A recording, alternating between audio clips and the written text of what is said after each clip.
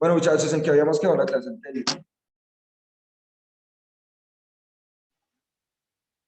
En el origen de la vida en el planeta. Entonces, ¿qué era lo importante del origen de la vida en el planeta? De todos los procesos que vivimos. Listo. Agua, metano, amoníaco, los rayos eléctricos. Esa es una teoría que de pronto sí pudo ser muy posible. Pero lo importante fue que al final, cuando hicieron el experimento, ¿qué fue lo que obtuvieron? Muy bien, aminoácidos. ¿Sí? ¿Sí se acuerdan?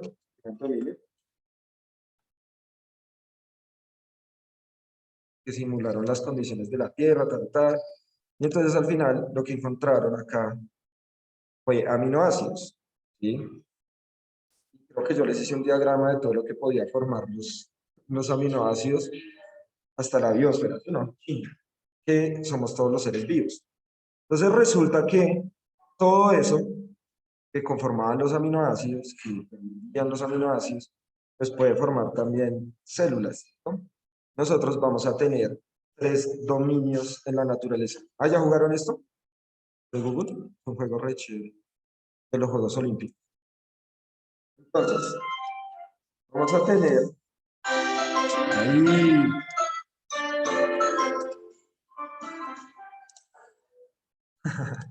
vamos a tener 3 dominios de la naturaleza.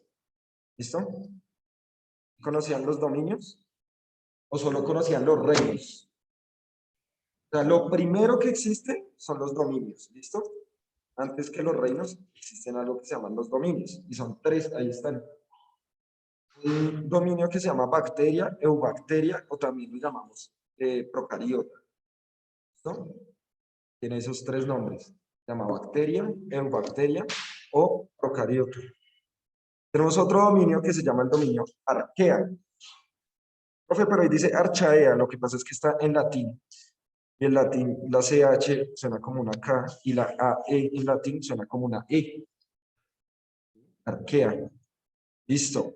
Y el más grande de todos, donde estamos la mayoría de los seres vivos, el dominio eucariota. ¿Listo? 3 dominios. Bacteria, arquea y eucariota. ¿Está ahí bien? Entonces, la principal diferencia entre estas, ¿cuál será? Muy fácil. La composición de las células. ¿Listo? Entonces, en el caso de las bacterias, ¿qué tipo de célula tenemos?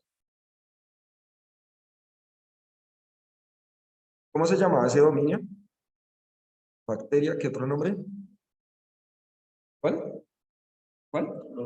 Duro, papu. Eso, procariota. Entonces, ¿qué tipo de célula tendrá? Ay, no sé. Una célula procariota. Muy bien, muchachos, excelente. Me encanta esa actitud con la que empezaron hoy en día. Están muy, muy inteligentes. Bien.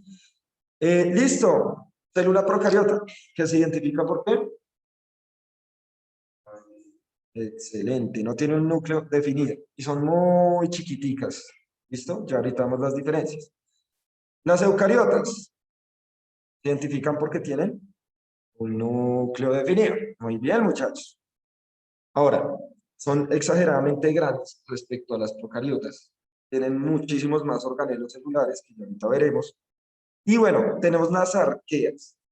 Las arqueas suelen ser un tipo de células muy parecidas a las bacterias, también con células, puede ser procariotas porque no tienen un núcleo definido, pero tienen mucho más organelos celulares. Digamos que las arqueas son como una transición entre las bacterias y las eucariotas, de las procariotas y eucariotas. Y las arqueas son difíciles de ver porque suelen estar en ambientes muy difíciles para vivir, volcanes, lugares muy ácidos, con muchas sales. Entonces nosotros no podemos vivir en esos lugares, por eso nunca hablamos de las arqueas, son unas células realmente. Y bueno, obviamente ustedes acá dentro de estos reinos, los dominios, perdón, no ven nunca ni van a encontrar jamás, por ejemplo, los virus, jamás los van a encontrar, porque los virus, primero, no tienen una de las características más principales de los seres vivos, que es tener células. Entonces, no se clasifica. Es muy difícil clasificar a los virus. Bien, entonces, vamos a ver las diferencias entre principalmente estos dos reinos que son los que nos vamos a enfocar, ¿no? Dominios, dominios. Los dominios son de células. Y ahorita veremos qué son los reinos. Vamos el versus.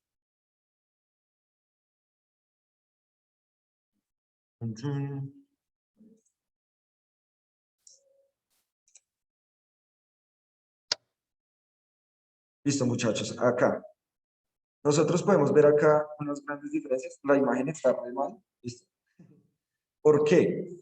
Porque si lo pusiéramos en tamaño real respecto a una célula eucariota, la célula procariota sería más o menos de este tamaño, si fuera en tamaño real. Si esta fuera la célula eucariota, más o menos proporcionalmente el tamaño de una célula procariota sería así. Células procariotas, bacterias principalmente, por eso el reino se llama bacterias, son puras bacterias. ¿Listo? ¿Qué diferencias se encuentran ustedes? Y similitudes también, ¿por qué no? Encuentran ustedes, ¿cuáles conocen?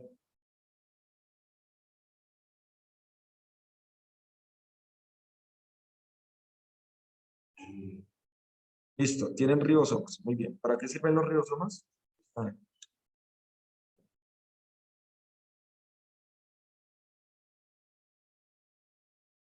¿para qué sirven? ¿Para qué sirven los ribosomas? Eso ya me dio en la clase pasada. Vamos. ¿Mm? Ah, solo la mitocondria. Bueno, entonces, en sexto vimos, no, mentira, ni siquiera les di clase en sexto. Que los ribosomas, y ojo con esto para que lo anoten, son aquellos que se encargan de un proceso llamado la síntesis de proteínas, es decir, la creación, formación de proteínas. Son organismos exageradamente importantes. Les voy a explicar con una cosita rápidamente, y ya después nos metemos con genética, ¿listo?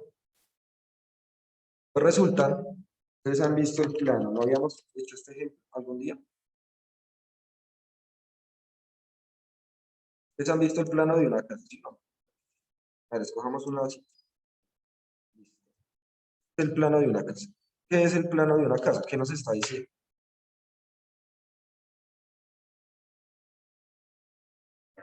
Listo. ¿Cómo tiene que ir y dónde tiene que ir y con las medidas que tiene que ir? Y mejor dicho, ¿cómo tiene que estar esa vaina para que quede tal cual, ¿sí o no? Ahora, ¿este plano es el apartamento como tal? No. O sea, eso es un dibujo, ¿sí o no? ¿Quién lo hace realidad? ¿Quién? ¿Nosotros? ¿Ustedes construyen? Ah, el obrero, listo. No, porque cada quien en la sociedad tiene también ciertas funciones, ¿no? Usted no va a poner al profesor Miguel a construirse la casa, entonces se le va a caer, hermano. O sea, se le va a caer, se lo garantizo. O sea, si quiere morir, contrate. ¿Listo?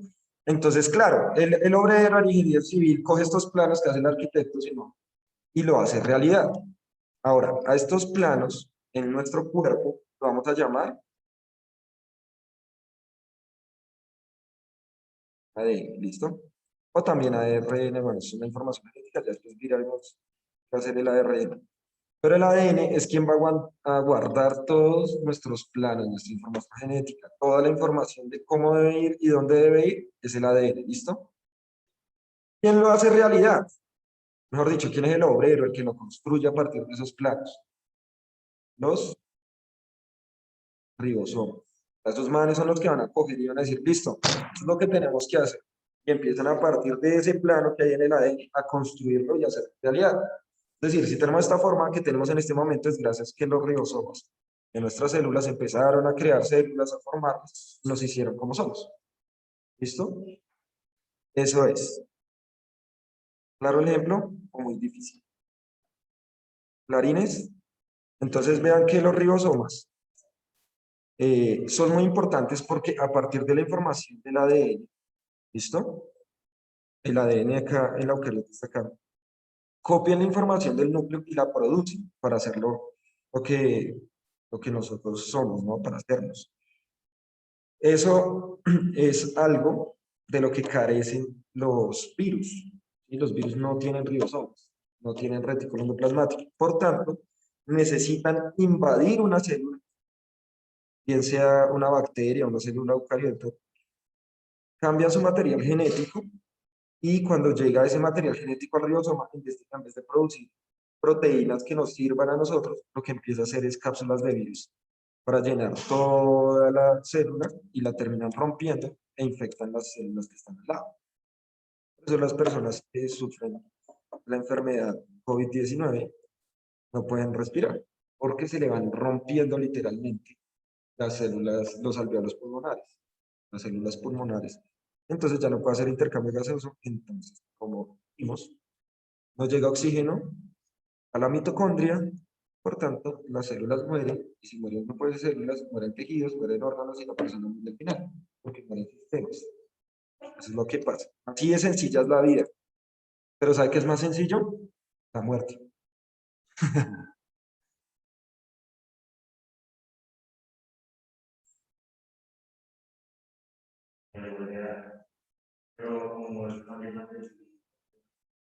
Claro, claro. Digamos que los virus son un virus no tiene cura, ¿sí? ¿Por qué? Porque su material genético cambia demasiado. ¿Y por qué cambia tanto? Porque se combina con el de la célula que está invadiendo. Entonces puede pasar que cuando se producen el ribosoma nuevas cápsulas de virus, pues entonces va a tener un nuevo material genético. Esas son las cepas y las variables que nos hablan en noticias de que el virus cambió. Es eso. Y es muy fácil que cambie. Si los virus no cambiaran, por ejemplo, de material genético, nos daría gripa solo una vez en la vida. Ya, pero no. Cada vez que nos da gripa, quiere decir que es una nueva variable, una variante de ese virus que nos está otra vez afectando. Y por eso desarrollamos la gripa. Y a veces nos pasa también que hay personas al lado que tienen gripa y nosotros convivimos con esas personas y nunca la desarrollamos. Eso quiere decir que ya teníamos ese virus, ese material genético lo reconocen nuestros glóbulos blancos y lo destruyen. Entonces nunca desarrollamos la enfermedad. ¿Qué pasa?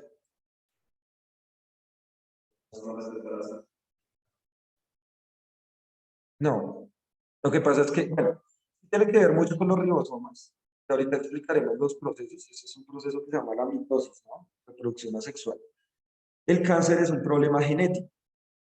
Entonces, nosotros podemos producir aquí en este momento donde estemos sentados células cancerígenas. Muchas veces en la vida, todos y cada uno de nosotros hemos producido células cancerígenas, ¿sí? Lo que pasa es que nosotros tenemos una proteína que se llama P53, y entonces cuando sale una célula dañada, la destruye. Para que se desarrolle el cáncer, tiene que presentarse por lo menos esas dos condiciones.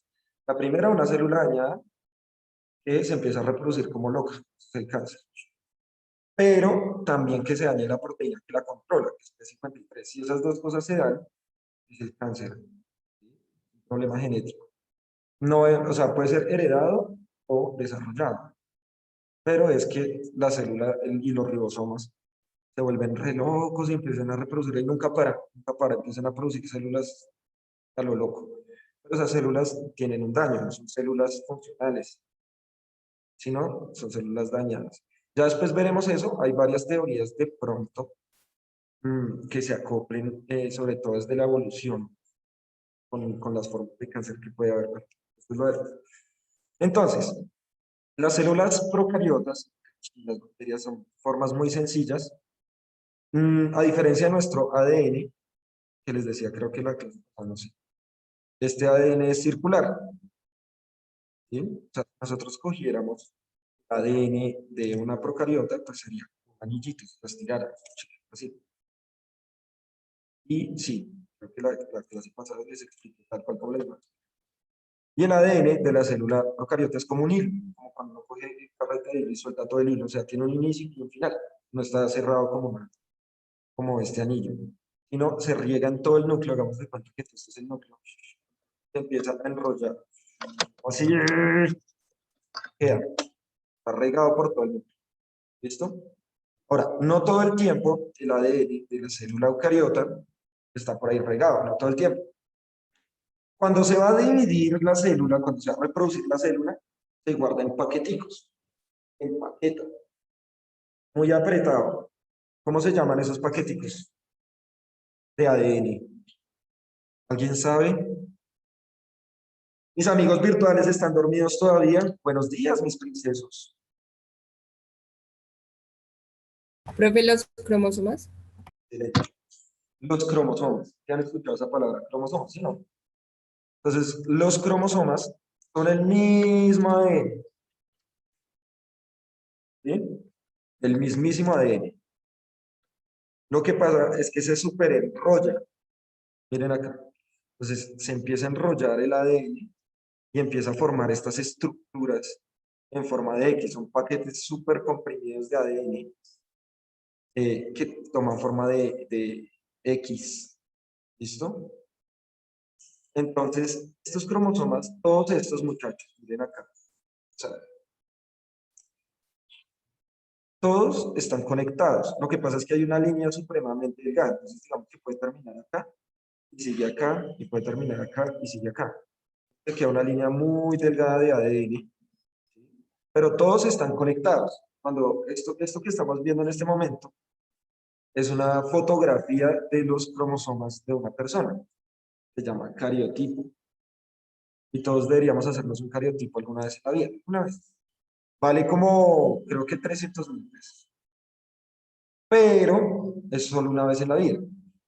Porque obviamente no le va a cambiar su material genético. Ahí ya tiene los genes con los que ya viene.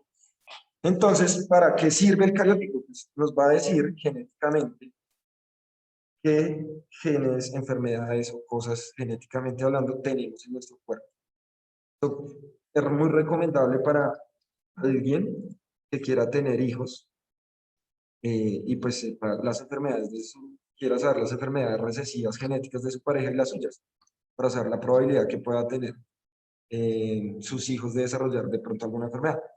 Obviamente, como es bien sabido, la mayoría de personas no lo hace, por no decir que ninguna, sino tienen hijos y ya, así como los tienen ustedes, muchachos, con mucho amor. ¿Sí? Ah, bueno. No, no sé, dejémoslo ahí, Márquez, no vamos a entrar en detalles. Lo importante es que estás acá sentado. ¿Cuántos años después? 19 años después, porque el embarazo cuenta, papi. O sea, eso no fue que usted nació ese día ya.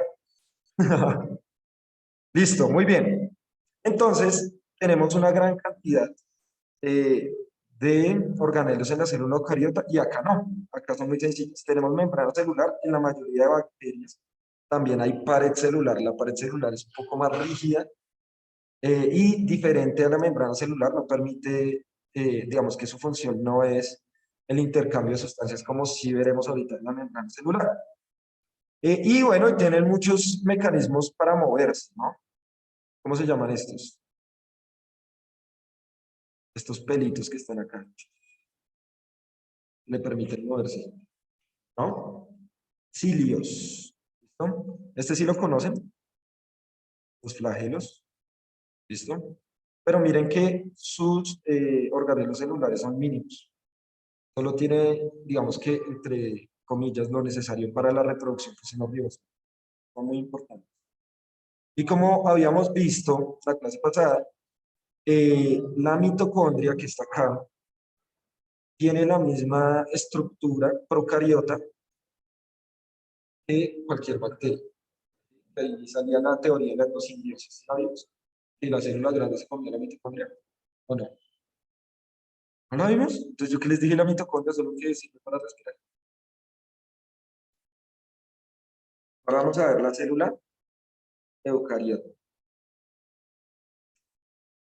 Esta me gusta. Vamos a ver una historieta. Entonces, resulta que hace millones de años había una celulita muy grande, una célula primitiva. Y esta era una bacteria que estaba por allá suelta. Entonces este le dio hambre y se la comió. Chan, chan. Pero resulta que esta bacteria sobrevivió dentro de esta célula más grande. Y esta bacteria es la mitocondria. ¿Mm? Entonces la teoría nos dice que una célula mucho más grande intentó fagocitar, se llama eso, o sea, cuando una célula se come a otra, la fagocita, pero la mitocondria logró sobrevivir y mantenerse a lo largo del tiempo, dándole energía a la célula, permitiéndole vivir, pero también la célula le da nutrientes y todo para que ella pueda vivir. Entonces, como las dos se ayudan, eso se llama una relación interespecífica. ¿Cómo se llama esa relación interespecífica? Donde las dos especies se ven beneficiadas. ¿Cómo? Simbiosis. Pero dentro, en latín, es endo. A esto le vamos a llamar endosimbiosis. ¿Listo? La teoría endosimbiótica es la que nos va a decir que la mitocondria, que encarga de la respiración, es la que va a generar la energía, perdón, química del cuerpo, pero que antes era una bacteria que logró sobrevivir. Como las dos están ayudando, sobrevive la mitocondria y sobrevive la célula eucariota como tal, entonces es una relación simbiótica. Ahora, ¿por qué se cree esa teoría? Ahora sí, nosotros buscamos la mitocondria, por ejemplo, ya vimos las células procariotas, ¿cierto? Vamos a ver que esto es una célula procariota, según la composición que tiene la mitocondria. Entonces, miren lo que va a tener. Igual que cualquier célula, los somas, va a tener su propio ADN, es decir, nosotros no solo tenemos ADN en el núcleo, sino también nuestras mitocondrias tienen su propio ADN, ADN bacteriano. Y hay muchas enfermedades que también pueden estar en las mitocondrias, no solo en el núcleo de nuestras células, sino en las mitocondrias.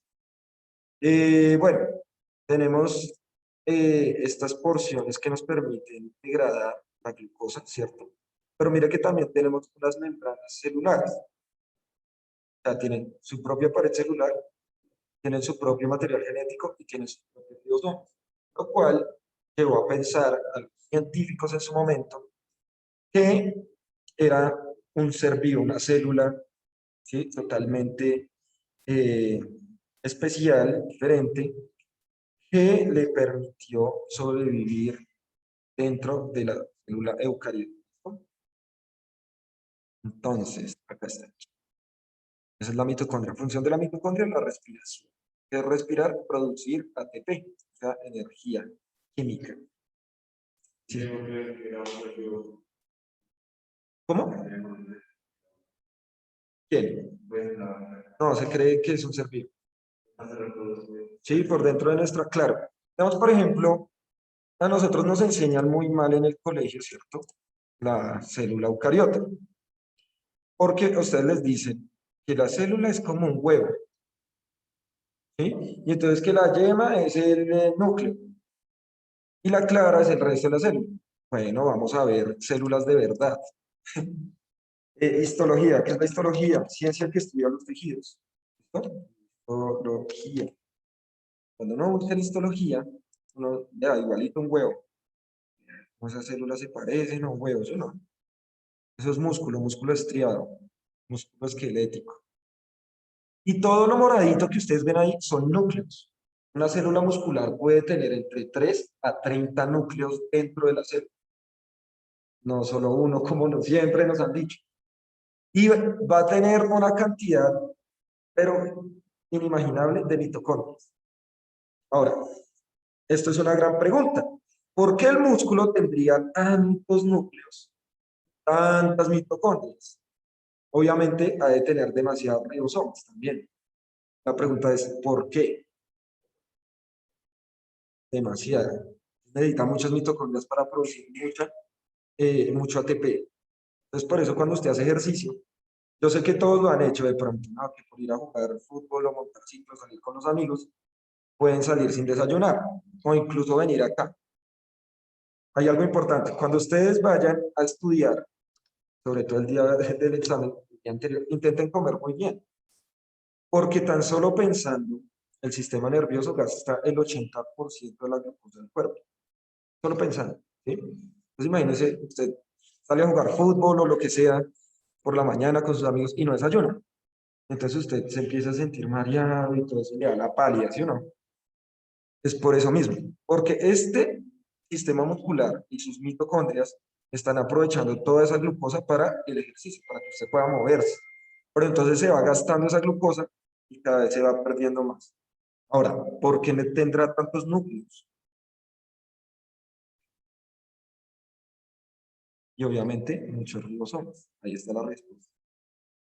¿Por qué creen ustedes?